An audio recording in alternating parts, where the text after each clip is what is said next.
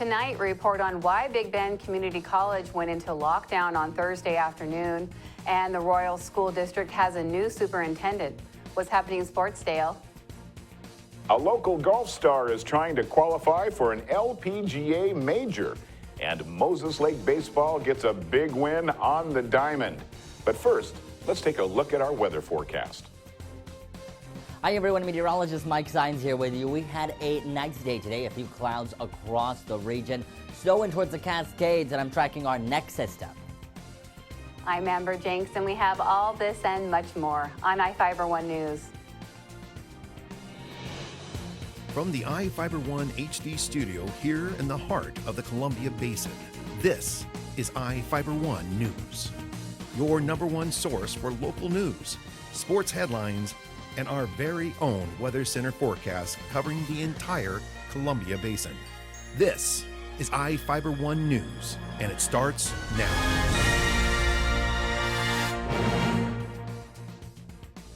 Big Bend Community College went into lockdown Thursday afternoon after reports someone reported a shooting on campus.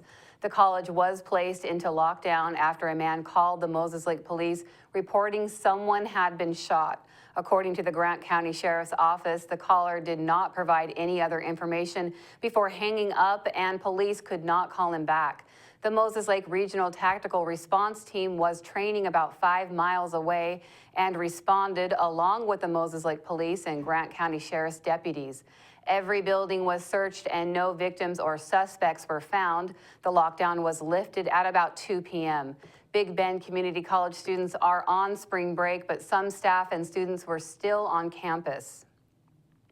The Moses Lake High School Skills USA Car Show returns on Saturday in Moses Lake for the 32nd year. More than 60 cars are expected to be on display. Reporter Joe Utter has the details. Get an up-close look at classic cars and hot rods at the annual Moses Lake High School Skills USA Car Show on Saturday. The 32nd annual car show takes place at Big Bend Community College's 3300 building from 11 a.m. to 3 p.m. Admission is just $3, and kids 6 years old and younger get in free. Last year, about 60 cars were on display, many coming from the Grant County area and across the Northwest. People wanting to register their car for the show can do so on Friday from 5 p.m. to 7 p.m. or Saturday from 8:30 a.m. to 10:30 a.m. prior to the show. Proceeds from the event go towards support of Moses Lake Automotive Technology students attending the Skills USA Leadership Conference beginning at the end of March in Tacoma. Students compete by working on small engines, taking tests, and identifying tools, among other activities. For more information, contact Rich Archer at 793-2257 or John Heflin at 793-2259. This is Joe Utter for iFIBER 1 News. A pedestrian bridge over Interstate 90 in Moses Lake was struck by a semi-truck. One lane of westbound I-90 near the exit for Blue Heron Park was closed for several hours on Tuesday morning after the overpass was damaged by a semi-truck trailer that was too tall. The driver of the semi-truck reportedly failed to stop after hitting the bridge. Washington State Patrol troopers reportedly stopped the truck on North Frontage Road. According to Sergeant Darren Wright, the driver was not injured. Washington Department of Transportation officials stated the pedestrian bridge will be repaired in early April. The bridge is safe for people to use. The name of the driver was not disclosed by the State Patrol, and they did not indicate if there would be any tickets issued for the collision. Tom Flint is seeking a 5th term as a Grant County PUD commissioner. Flint announced he is running for re-election to the A at-large position. He represents people living in Quincy, George, Mattawa, and Royal City, and areas south of Ephrata and west of Moses Lake. He stated his accomplishments include helping with relicensing the Priest Rapids and Wanapum Dam and working to develop a robust fiber optics to the home project. The 66-year-old commissioner stated he is committed to transparency and believes financial and rate stability are critical for the utility. Flint was initially elected to the board in 2000. Now we take a look at people being sought by law enforcement. This is Sheriff Tom Jones with the Grant County Sheriff's Office. Each of the people you see here have a warrant for their arrest. If you see any of these people, we ask you do not attempt to detain or apprehend them, but call us at 509-762-1160 or send us an email at primetips@co.grant.wa.us. If the person is presenting a danger, call 911. With your help, we can bring these people to justice and make our community safer. We'll be right back after this. Here comes Obamacare, the biggest change in the tax code in 20 years. I'm ABC's Richard Davies with today's tax tip. This year's tax season marks the first time you'll be asked for information regarding your health insurance. Eric Smith of the IRS says for most people, this will be a non-issue. For more than 3 out of 4 taxpayers, the change will involve just simply checking a box on your return. That box indicates that you had health coverage and most likely through your employer. Others who bought government-backed health care and received a tax credit to help them pay for it will have to account for whether they calculated correctly. Kathy Pickering of H&R Block says there'll either be a payment or a refund. When they come in to file their taxes, now they're reconciling how they estimated their income to what their actual income is. The IRS says if you're low income and not required to file a tax return, you don't have to buy health coverage. But for those who could afford it and chose not to, they'll get a fine. With today's tax tip, Richard Davies, ABC News. Now for your iFIBER 1 News Weather Center forecast. Hi everyone, this weather segment brought to you by Barry Motors, one great place to buy and service a car. I'm meteorologist Mike Sines as we take a look at our weather headlines for this evening. High pressure is going to build and we are going to have rain chances by the weekend, and then partly sunny skies return for Monday. As we take a look at our almanac for us here in Ephrata, we can see we reached a low right around 40, nothing in the way of precipitation, and the sun going to set at 7:17 p.m. Right now outside our door, 54 degrees, winds blowing from the west at 21 miles per hour right now at this hour. That's a little high, and that's due to that pressure gradient from the high pressure system. As we take a look, we do have some snow across the Cascades and across the mountainous areas, humidity increasing out towards points west, and we are going to also see that humidity is going to increase for us here locally. That's going to give us a shot for rain by the time we make our way into the weekend. I'm tracking our next system, and it'll actually come in as a cold front, bringing with it a chance for snow in the higher elevations. Taking a look at my forecast as we look for Friday, mostly sunny in Yakima at 61 degrees. However, rain chances linger still in Seattle, 54, Tri-Cities, 56. As we take a more local view for Ephrata, 59, as well as for Moses Lake, mostly sunny in this region here, calling for a nice weather pattern overall. My extended outlook, we are going to see that rain chance is going to increase. We're going to start off with mostly sunny skies for tomorrow, Friday, a nice start to the weekend.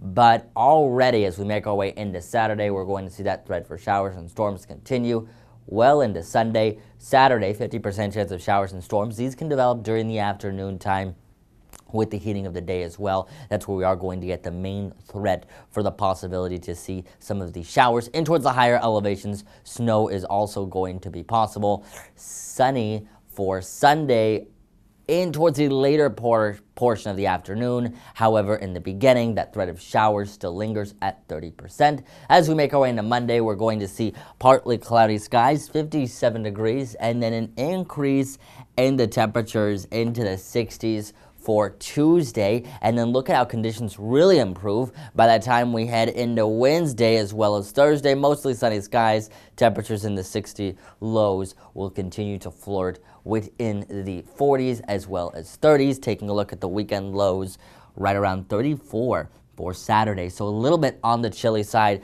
Don't forget your jacket. Thanks for watching, folks. Sports is coming up. You don't have to drive to Seattle for exceptional cancer care.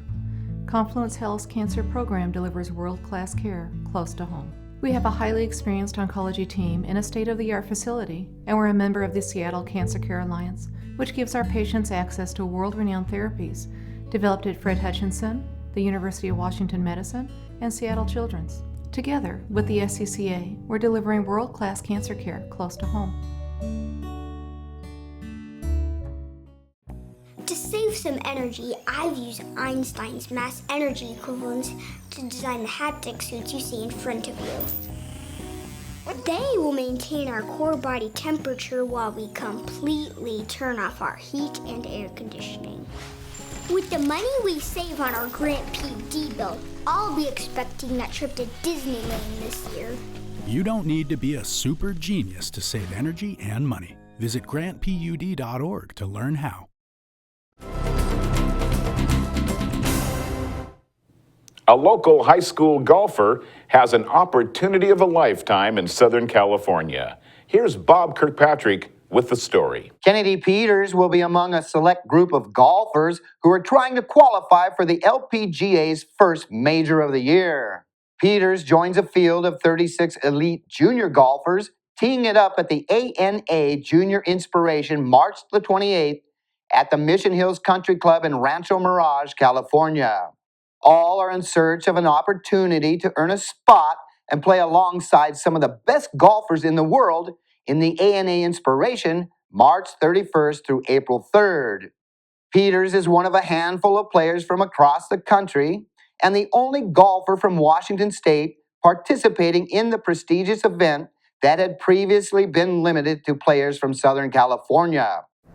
Hey Kennedy, congratulations on making the ANA Junior Inspiration. I can't wait to see you at Mission Hills.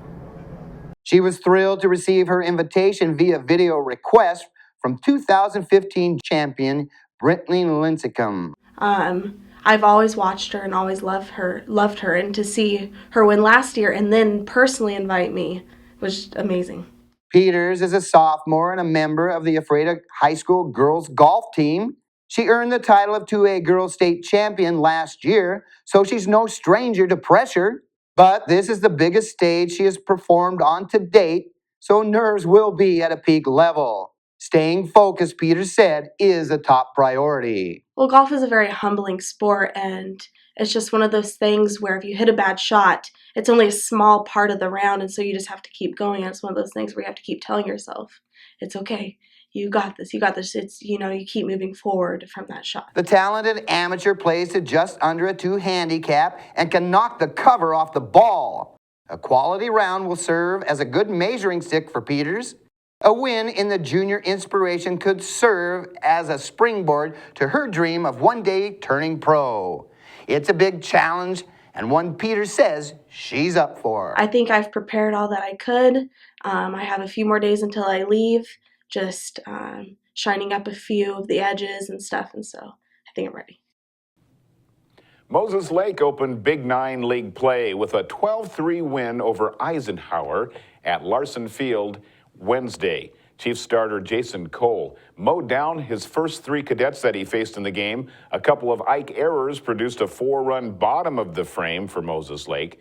The visitors from Yakima pushed 3 across in the top of the 4th to get back in it. Then the Chiefs added 1 in the 5th and tacked on 7 more for good measure in the 6th to run away with that game. Cole gave up just 3 runs, 4 hits, fanned 8 over 4 innings of work to earn the win. 2 star freshmen on the University of Washington basketball team have decided to move on. DeJounte Murray and Marquise Chris have entered their names into the 2016 NBA draft. Both Murray and Chris plan to sign with agents and will not return for the 2017 season. It's a big blow for the program and for head coach Lorenzo Romar, as the Huskies will lose 3 of their top scorers from this year's team. Both Murray and Chris are projected to be first-round picks, with scouts loving their athleticism and length on the court. The NBA draft will be held June 23rd in Brooklyn. And March Madness gets underway again tonight with 4 games on the schedule. The University of Oregon Ducks, they're set to take on the Duke Blue Devils tonight in Anaheim. Odds makers have the Ducks as 3.5-point favorites coming off their second-round win over St. Joseph's. Gonzaga continues their quest for a championship tomorrow night in Chicago when they face off with Syracuse. The Zags are looking for a repeat appearance to the Elite Eight. The Bulldogs preparing for a tough Syracuse Orange 2-3 zone defense. and will need their shooters to be ready to rock and roll. Vegas has the Zags favored by 4. We'll be right back after this.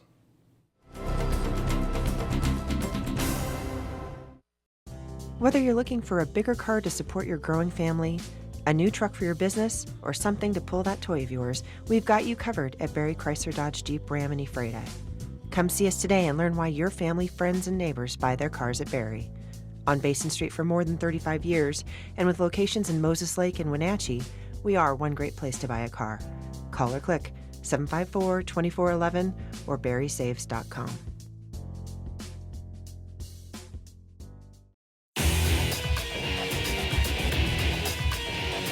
We are real students, and this really is our college. My dream will change the outcome of my life. My college is allowing me to achieve my dream. My dream is to be a pilot. My dream is to be a nurse. Only you can determine your dream. Big Bend will help you get there. What's your dream?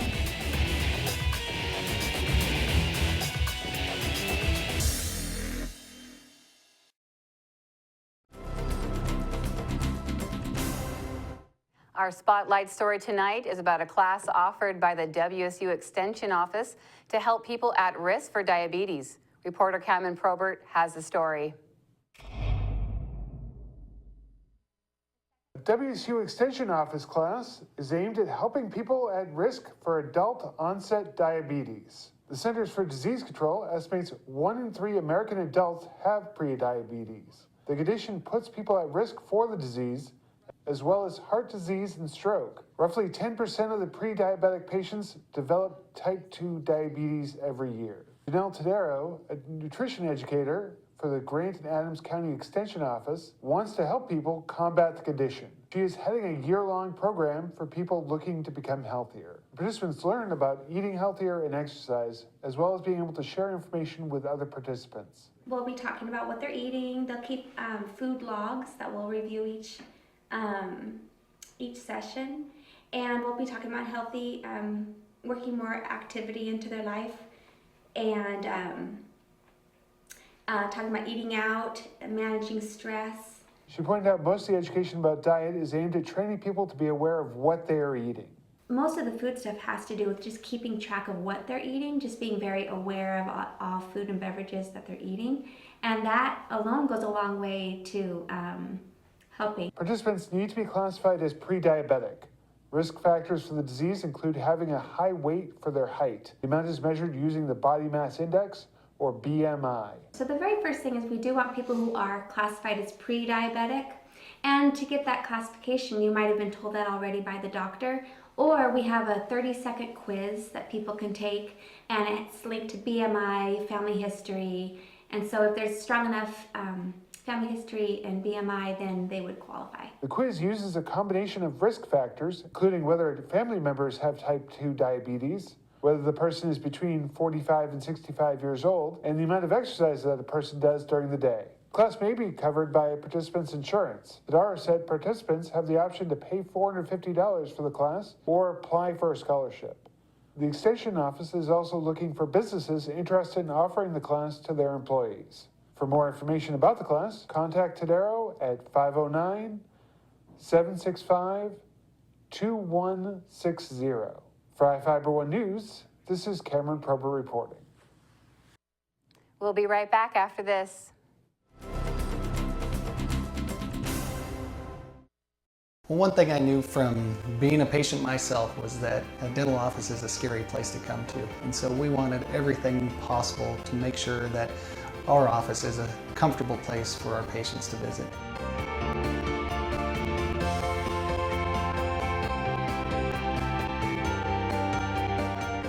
The patients that I have, my clients, have made me a part of this community, and we want to give back in every way possible.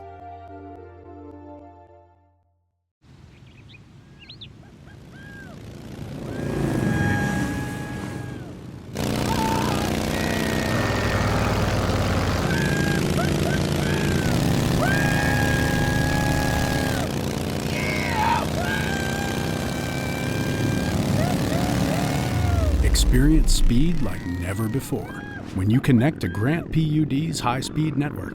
Visit grantpud.org to learn more.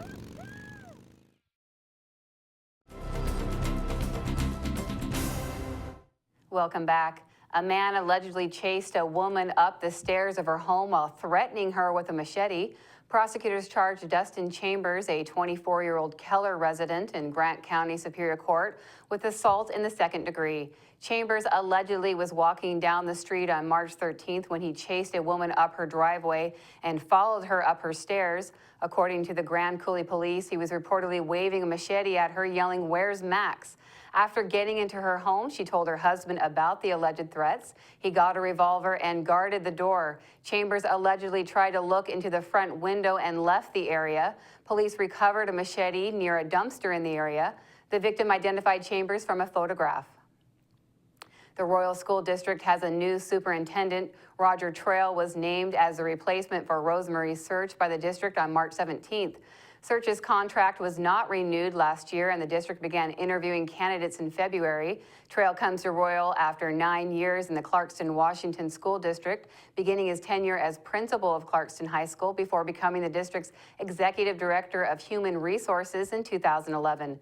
Trail earned a bachelor's degree in Spanish at the University of Idaho and a master's degree in Spanish literature from the University of Northern Iowa in 2002. He's also been active in volunteering, and Trail officially begins the position in July 1st. A man allegedly trying to climb through a dog door of a Moses Lake home but didn't fit. A resident reportedly noticed movement on his security cameras Wednesday morning near a trailer outside of his residence. The resident went outside and reportedly confronted a man near his trailer in the 1200 block of South Skyline Drive. According to Moses Lake Police, the suspect reportedly dropped a bag and fled on foot. Police reportedly found court documents with the suspect's name in the bag that was dropped near the trailer. The suspect reportedly tried to get into a home earlier through a dog door but couldn't fit. Moses Lake Police located the suspect after he reportedly began pounding on the door to another home. One resident reportedly told police she never saw the suspect as he tried to get into her home because she went to grab a gun. Alfredo Ochoa Castaneda, a 23-year-old man, was arrested for residential burglary and criminal trespassing in the second degree. In Northwest news, a homeless man in Seattle spent 25 hours perched up in an 80-foot tree, throwing apples and pine cones at police and drawing national attention on social media. KCPQ's Hannah Kim has the details. More than 24 hours of living at the top of this 100-foot tall sequoia. You've been up there that long? The man in the tree took his first step down. We were overdue for a man in a tree. Midway down his descent, some wondered, would he climb back up? He did it before. I hope it all is well. When the 28-year-old unidentified man climbed to the peak, he also climbed to the top of Twitter. The jokes pouring in. This story is too sappy for me. Seattle police say man in tree is not this branch's responsibility. But for police, it was no joke. There were threats made towards officers. And at one point he had mentioned that he had a knife. Worried the man in the tree was a threat to himself and others, negotiators climbed ladders, talked through windows, trying to coax him down, but failed. Hopefully he's able to get some professional help because obviously he's not very mentally stable. He threw pine cones and branches at officers, yelled obscenities, hung upside down, and even relieved himself at the top. The day turned to night and then day again. The man in the tree even made a nest. They just let him stay up there forever and cause a bunch of commotion, and obviously if you're going to let him do that, then people are going to react. Dozens of spectators looked on with anticipation. You got to do what you got to do. It's like Seattle's version of Man on Wire. We don't know why the man climbed the tree in the first place, but after police promised they wouldn't charge him with a crime, the man in the tree had had enough, his foot touching the ground to the cheers of the crowd. And this is fun and it's light, and it was okay that it ended well. It ended on this gurney. Tree guy for mayor! The man now famous for climbing a tree wheeled away from the spotlight. That's going to do it here for us at iFIBER 1 News. We want to thank you for watching, and we'll see you again tomorrow.